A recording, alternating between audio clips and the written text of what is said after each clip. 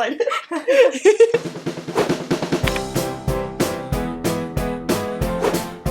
Good morning, Reptilians. Welcome back to my channel. So this week we are talking all about bugs and what the best bugs for your bearded dragon are. Before we get started, this video is sponsored by the Dubia Dude, so make sure to stay until the end of this video to find out how you can save 10% off of your entire order at thedubiadude.com. We are actually going to have a little help with this video because this week we are joined by Alex from LizardGuru. Hey guys, I am Alex, otherwise known as LizardGuru here on YouTube. I do the same thing except with lizards. Be sure after you watch this video to head over to Alex's channel to watch the video we did over there all about how to get your bearded dragon to eat their salads. So we are going to go over all the pros and cons of the most popular feeders that people use for bearded dragons, and we're going to start with Dubia Roaches. So you guys know that Dubia Roaches are my absolute favorite, and that is because there are so many pros to them. They are super easy to keep. They don't smell bad like at all, and you just throw them in a bin with some vegetables or gut load or whatever. Dubia Roaches actually can't climb smooth surfaces, so you can keep them and not have to worry about them escaping as easily as something like crickets would. So not having your feeder bugs escape into your house is always a wonderful thing. They're also super filling, so you can feed just a couple Dubia Roaches where it may take so many crickets or whatever else to fill up your dragon. So that means you are actually buying less feeders. They're also very easy to breed, and that's why you'll see a lot of people that have a lot of lizards or just bearded dragons or whatever, and they'll have a whole Dubia colony. I breed my own, definitely. I would say go for it if you can. Saves you a lot of money in the long run.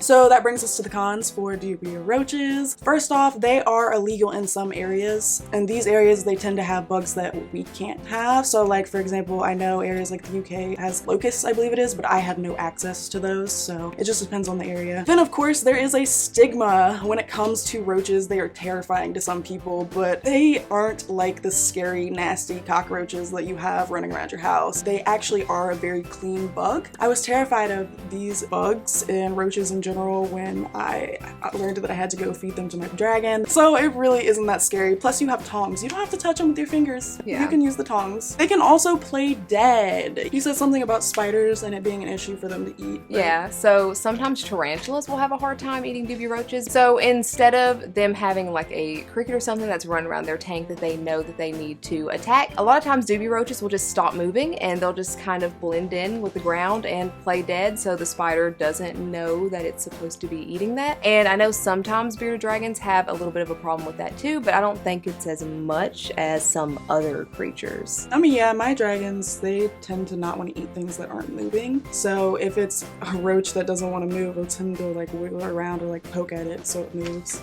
Next up is crickets. You guys know that I am not a fan, but I do know that some people can't get roaches, and this is always the fallback. And that is the biggest pro to crickets. They are literally available at every pet store and they're super cheap, and that's about the only pros that I have. So cons, they stink. You need a lot of ventilation for these guys to survive, and so that smell that you're smelling is the gas that they let off when they die that kills the other crickets. And that also means that you have to be on top of cleaning that container because you have to get those dead crickets out immediately or else your whole thing is just wiped out. They're also super obnoxious. All you hear is it's the most annoying thing. They are also more prone to carrying parasites than any other bug out there. Insert super gross video of a microscopic close view of the little creepy crawlies all over a cricket that just died. These are like little mites or parasites. I don't know what that is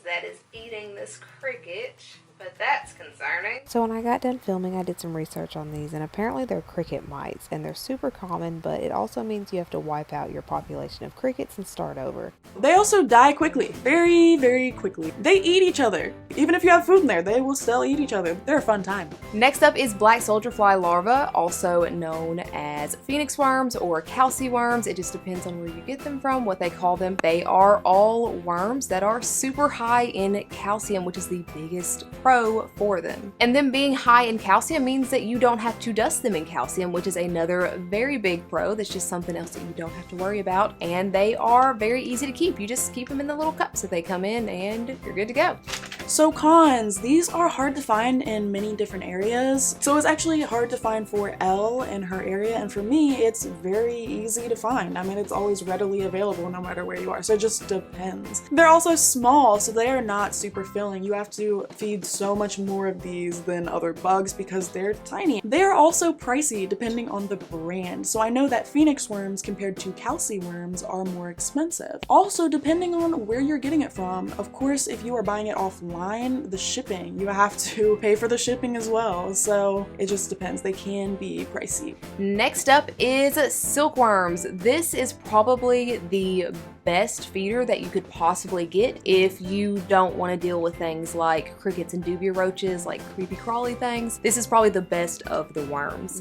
They are very high in protein, which means they are super filling, and they're super high in moisture, so that is two really good benefits there. And on top of all that, they are also super easy to digest because they are just squishy worms. The last pro that I have for these guys is that they are easy to keep. You can keep them like hornworms or like dubia roaches, but yeah, they're not gonna take up a lot of space. They're just there. So cons, these are harder to find, and because they're harder to find, they can be pricey. We were looking at prices, and if you order them online, they can be upwards of $30 just for a little container. That's like a container of hornworms. Next up, we have Superworms, which is another super popular feeder for adult bearded dragons. Superworms are so popular because they're another one that's going to be very easy to find. Every pet store has them. They are just going to be in a little container already for you, and that's it. You don't really have to do much else in keeping them except for maybe throw a few veggies in, and that's it. So that brings us to cons. They bite. They stink. They eat each other. They are very hard to breed as well. So in order for them to pupate, to turn into the beetles, their adult form, they actually can't touch each other, which means in order to breed these guys, you have to separate the worms. So for this one, they are hard to digest because of the shell that they have. So speaking of superworms, we are going to quickly talk about mealworms because they look almost exactly the same and they're often confused. Mealworms shouldn't really be fed to bearded dragons because that meat to shell ratio that already can sometimes be a problem with superworms is always a problem with mealworms because they are tiny, which means that there's only a little bit of actual nutrients in there and the rest is all shell, which is very hard for them to digest. Next up is hornworms. Hornworms are like every bearded dragon's favorite creature. They go crazy over these things. There's a few pros to these. They are super hydrating, so if your bearded dragon is having a hard time going to the bathroom, these are great to make them go. They are, on that same note, very easy for them to digest because they are super soft and very hydrating. They're also not a fatty feeder, so that is not something that you have to worry about making your bearded dragon overweight. And they're easy to keep. They actually come in the container that they're gonna stay in, and it will have an artificial food source for them at the top, and you just keep them in there, and yeah, that's all they need. So that brings us to cons. They grow super fast, which is, I guess you could say, a pro for sometimes, but when you get a little pack of like 12, 15, you can't feed all of them at once, and you want to wait for them to get to medium size, not too small, and then all of a sudden they're all too big. They are also pricey depending on your area. If you buy these in chain stores, they will typically be way more expensive than they should be. I mean, you shouldn't be spending more than $1 per one. They also bite. These will bite your dragon, so be mindful of that, especially if you have like a baby dragon and you're trying to feed this big old hornworm. Don't do it. They can injure your dragon. So normally when I feed them, I just feed head first. That way it's crushed and there's no issue. And they also can bite you, so highly recommend using tweezers when handling them. So they can also be messy to clean up, so don't be surprised if you're cleaning up liquids. They are not nutritious as well. They have little to no nutritional value, so this is why they are a treat, not a staple.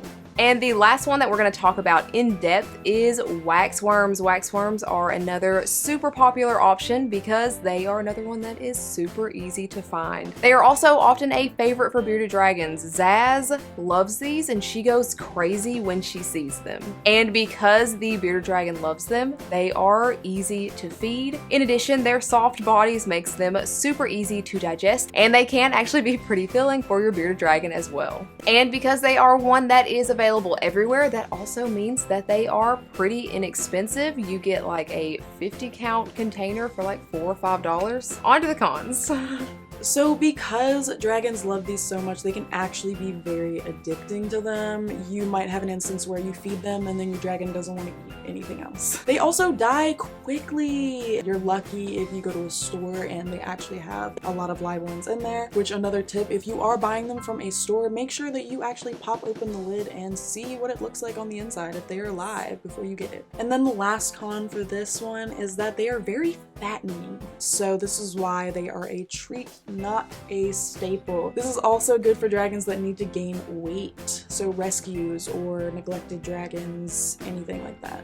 And because we obviously can't go over every single feeder for bearded dragons, I'm going to insert a quick list of just some basic nutrition facts about some other feeders that you might use here.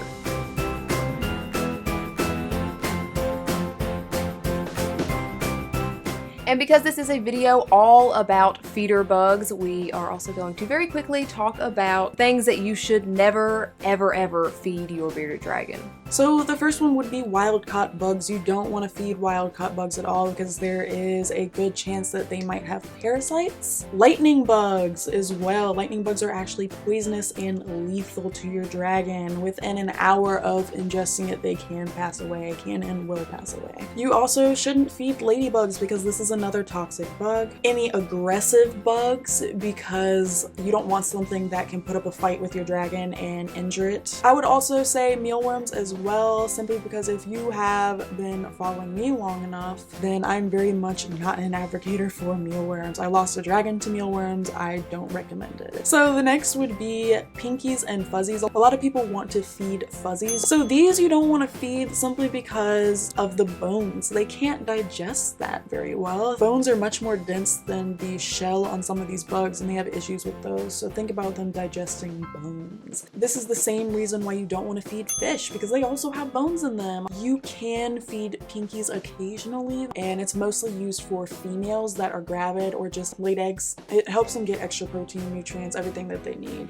And that is it for this video all about bearded dragon feeders. Make sure to head on over to Alex's channel, LizardGuru, where we made a whole video all about how to get your bearded dragon to eat their salads. As I said at the beginning of this video is sponsored by the Dubia Dude. TheDubiaDude.com is an awesome place to get Dubia Roaches for your bearded dragon delivered directly to your house. As we talked about earlier, Dubia Roaches are a super nutritious feeder and they are very easy to keep. They are much easier to keep than crickets are, and they are my favorite feeder to keep. The Dubia Dude is also eco-friendly. He does his best to reduce, reuse, and recycle, and he is a small business, which means that when you order from him, you are supporting small businesses. Make sure to use my code Elle at thedubiadude.com to save 10% off of your entire order. Thank you so much to the Dubia Dude for sponsoring this video. As always, if you are not already, please feel free to follow me on my other socials and like, subscribe, and hit that bell for notifications every single time I put out a new video, which is every Sunday. This week's Instagram shout out goes to HamzodQ for following me on Instagram and going through and liking a whole bunch of my stuff. Thank you so much. And you're the bee's knees. Thank you guys so much for watching, and I hope you have a fantastic day. Bye. Bye.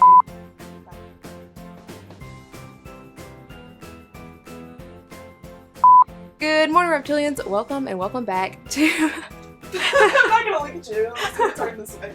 What are you doing? I'm just making myself not you were all the way over there. I was expecting you to head I'm not here. Do your thing, girl. You got it.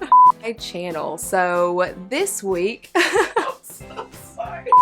Good morning, Reptilians. Oh, this is gonna take all day. Because this week we are joined by Alex from LizardGuru.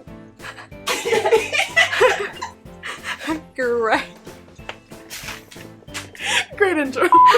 So you can see this. Okay. They are also Sorry.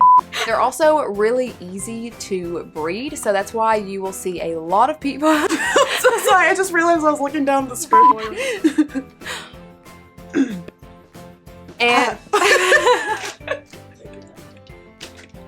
sorry, I was trying to hold it. It just came out. All right. okay, take 37. Okay.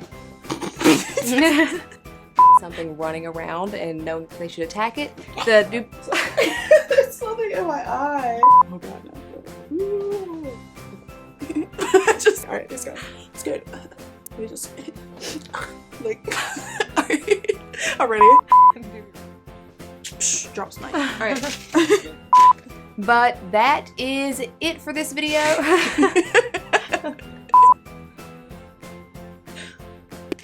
All right. No.